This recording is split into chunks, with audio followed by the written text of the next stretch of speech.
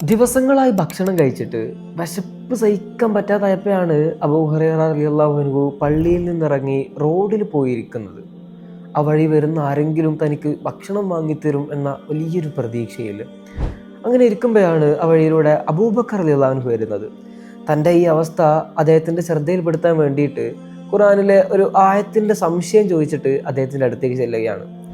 സംശയത്തിന് മറുപടി പറഞ്ഞ് പറഞ്ഞ് അങ്ങനെ അബൂബക്കർ തങ്ങളുടെ വീടിൻ്റെ അടുത്തെത്തി കഴിഞ്ഞാൽ ഇന്ന് ഇവിടെ നിന്ന് ഭക്ഷണം കഴിച്ചിട്ട് പോവാം എന്ന് അബൂബക്കർ റളിയല്ലാഹു അൻഹു പറയും എന്നൊരു വലിയ പ്രതീക്ഷയിലാണ് അദ്ദേഹത്തിൻ്റെ അടുത്തേക്ക് ചെല്ലുന്നത്. പക്ഷെ ഇതൊന്നും അറിയാത്ത അദ്ദേഹം ചോദിച്ച ചോദ്യത്തിന് മറുപടി പറഞ്ഞ് നേരെ വീട്ടിലേക്ക് നടന്നുപോയി.